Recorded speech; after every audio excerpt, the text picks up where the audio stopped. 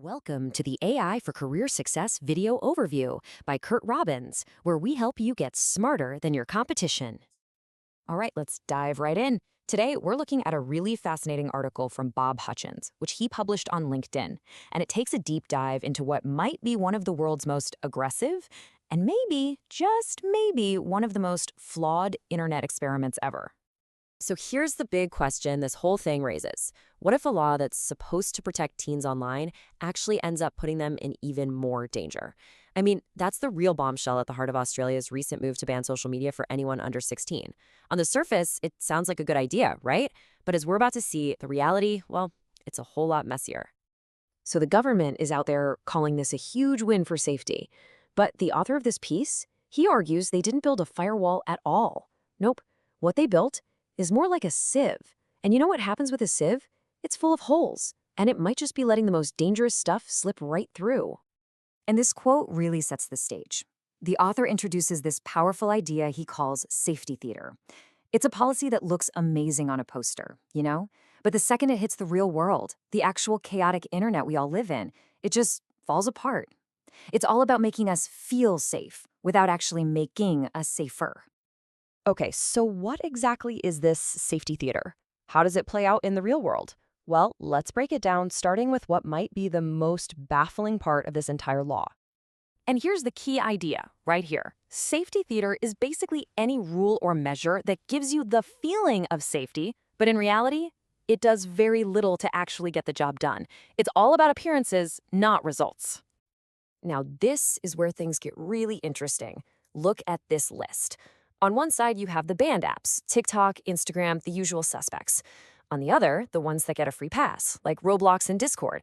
And according to the author, this distinction is where the whole argument just completely unravels, because it ignores a crucial reality about how kids live their lives online today. Because here's the thing, and it's a huge blind spot in the law. Gaming is the new social media. It's not just about playing games anymore. Platforms like Roblox and Discord are where kids hang out, where they form friendships, where social drama happens, all the same stuff. The bullying, the social pressures, the algorithmic rabbit holes, it's all there, just in a different package.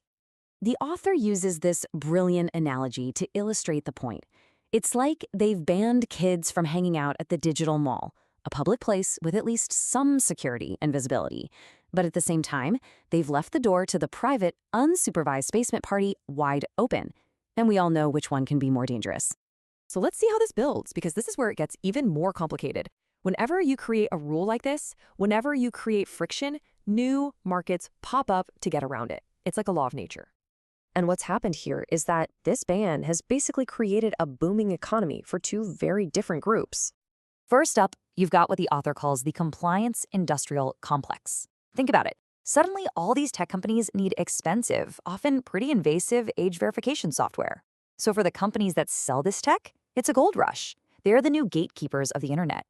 And then there's the other side of the coin.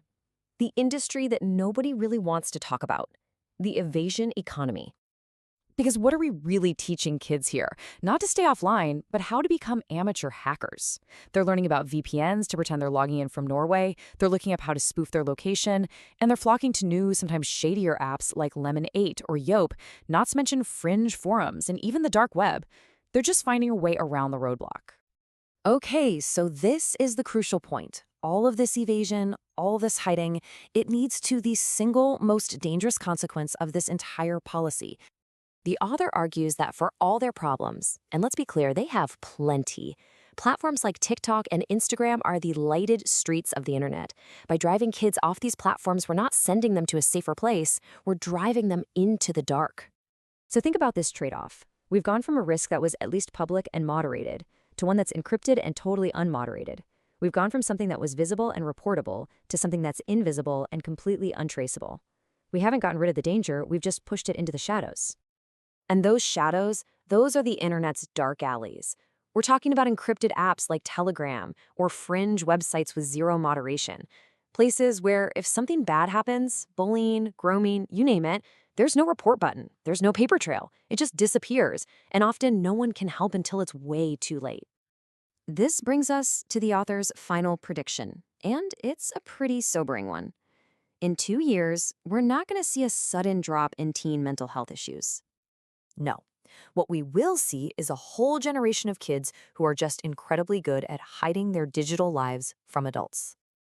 And that leaves us with this final, really provocative thought. In our attempt to protect them, have we actually saved our teens, or have we just taught them how to hide? Thank you for watching. This is where we teach you AI and help you get smarter than your competition. To get more insights just like this one, please make sure you subscribe to the AI for Career Success YouTube channel. And hey, while you're at it, please like this video, leave a comment, and share it with your network. It really helps us reach a wider audience.